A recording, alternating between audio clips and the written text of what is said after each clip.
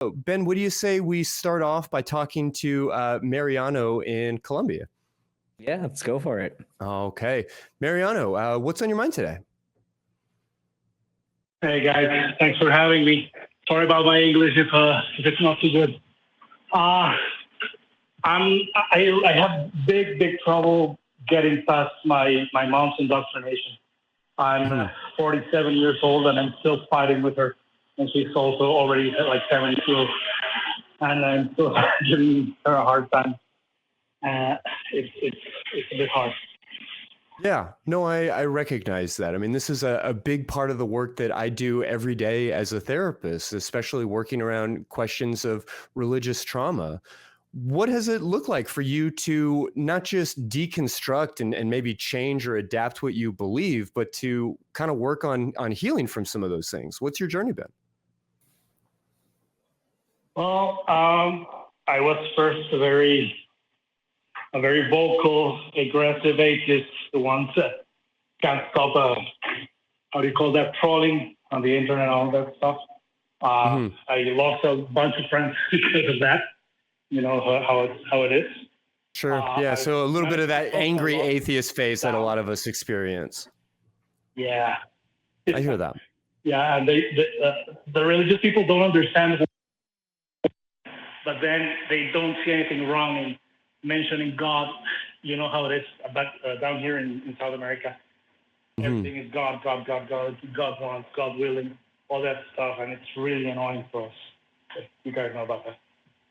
Yeah, no, I definitely appreciate how having it sort of just constantly in front of you can really start to wear you down and just pick at you. It's hard to work through something that is traumatic and profound when you're also like just really struggling with day-to-day stuff. I mean, how it feels to, not be able to get a seat at a restaurant on a Sunday afternoon and to see some of the like kind of gross behavior that often comes when you get large groups like that.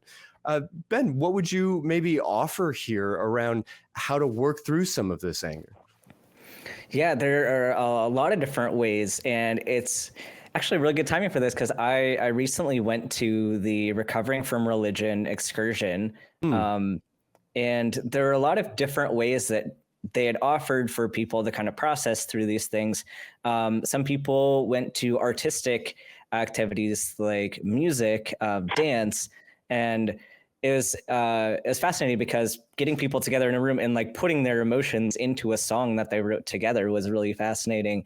But even as we're talking about different rituals, like some people had found it very helpful to symbolically burn the parts of their lives that they don't accept anymore. Like if there's something that caused you religious trauma, like writing it down on a piece of paper, burning it in the fire is a symbolic, maybe a ritualistic way to say, I am putting this behind me. I don't want anything to do with this anymore. But if you're on the side of like not wanting to more creatively work through it, finding community is very helpful, and especially finding a therapist if you have access to one is incredibly powerful to kind of help process your emotions through this. Especially anger is something that's difficult to deal with, and I strongly recommend having a professional that you can go to, because that's kind of an easier way to push people you love away from you. If number one, if you rely on them too heavily to process your emotions, and two, if your anger is taken out on other people, that can be harmful to relationships. So having somebody that is available to have those conversations and qualified, and something too, I mean, while we're talking about RFR, Recovering from Religion is a great resource that you can use. They have a free phone service with trained volunteers that you can talk with, and I'm not sure what the situation is in your country with access to a therapist, but maybe they can help. It's pretty good. I'm fortunate enough to be economically viable. I actually have been to therapy for several years, and I can generally manage being around my mom pretty well, except when if I can tell you a bit of the story. She of course thinks that all the other religions are so ridiculous and so immoral, except for hers, of course. Sure. And a few days ago, we were just talking about how's it called, the Jewish food restrictions. I forgot the Kosher eating or things along those lines. Kosher, yeah. So we're talking about kosher food and how they have all these restrictions and all these customs. And she started like turning her eyes, like judging, because of other people's opinions in on religious stuff.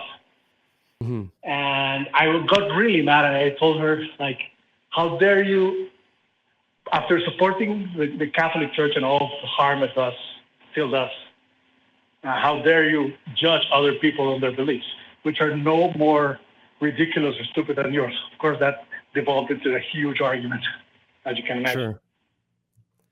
Yeah, there's definitely some tactics you can use in having those discussions. And something with that too is you shouldn't feel like you have to have those discussions, especially with family, because oftentimes family don't like to listen to family. So if you need to set up boundaries, like, be very clear about what you're willing to discuss. And if there's something that is too much for you, like, don't be afraid to say, hey, this is not something I want to talk about, or like, I'm not in a good headspace to be talking about this with you right now. Like, it is okay to set up those boundaries even with family, so that you can maintain a decent relationship if that's a relationship you want to maintain. Especially with family. Yeah. But I love her mom very much, and she loves me very much. Yeah, and like, even approaching it with family as less of a logical exercise, because if you're relying on your like positive relationship with this person, it might be a better tactic to take more of the emotional side and rely on their compassion. That, like, your mom probably has a lot of empathy and compassion, and it's just having a hard time accessing some of that with the conversation. So, like, making it less about like, here's all the stuff with your organization and things, and making it less of an attack on hers. Approach it from like, oh, there's these people and this is their experience, or what I understand of their experience. Like, how would it feel if you were having this experience? And like, kind of get that emotional side out a little bit might be helpful. Because then, even if it's just one step at a time, if your mom says, oh, actually, I should be treating this group of people better because I wouldn't want to be treated like that. It's a small step, but a lot of small steps over time could lead to completely changing your stance. I mean, that's what kind of happened to me. Was I used to be super homophobic and like super bigoted in a lot of ways. And over time, meeting different people and saying, oh, well, actually, I'm going to slide my scale over a little bit, and I'm going to treat this group of people better. And then I learned about a different group, like, oh, I wasn't treating this group of people well. I need to change my stance on that. And it was like the little pieces over time that got me to say, oh, well, I just already threw everything out. Why am I still pretending that I'm here? And that could be an approach as well. I don't know if Christy has other thoughts too. Yeah, I guess I'm interested, Mariano, in what it is that you need from your mom, what it is you need her to do or to not do in order for you to stay in this relationship and stay sane. You know, whether she's willing to do it or not, what would it take from her for you to be able to enjoy her company without having, some of these bursts of anger? I would, wow, that's a great question. Well, first of all, I would have loved for her to just read a book about my position. Sure. She never did it. I guess she's terrified of doing it. Yeah. But there's something about sort of respecting your insight and your equalness to her, that you would want her to maybe put some energy or effort into demonstrating that respect by trying to understand what you believe. No, yeah, that would be fantastic. And also, I would love for her to understand that hers is not special at all. Her religion is not special at all, and that it's pretty offensive for her to judge all others as ridiculous. That's what makes me boil, my blood boil. Yeah. Yeah, I mean, those are some pretty broad notions for like how she thinks and feels. And I suppose I might challenge you to be thinking about what you would need to be different about the way that the two of you interact, about some of the behaviors that you're experiencing in order for this relationship to continue to function. You know, if it means that we just can't talk about anything religiously oriented, that may work. That may be kind of tricky and it might limit you in a lot of ways, but maybe that's what's necessary. Maybe it's a ban on criticizing other people's religion, or, you know, some other steps so that you're able to maintain this relationship while maintaining just a little bit of peace of mind. Yeah. Hey, thanks a lot, guys. It's been really helpful to express what I'm feeling and to have someone that actually understands me. Sure, I hear that. And I just want to say it is totally fair to be upset here. You know, it makes sense. It is valid to be angry around some of these things. And I hope that y'all are still able to have a relationship that is, you know, life-giving, that's fulfilling. And we certainly wish you the best of luck. Yeah, thanks, Holly. Take care. Thanks a lot, and thanks for doing this. This is so important. It's been so important for me and for a lot of people I know. Mm-hmm. Yeah, well, we appreciate you. Great work.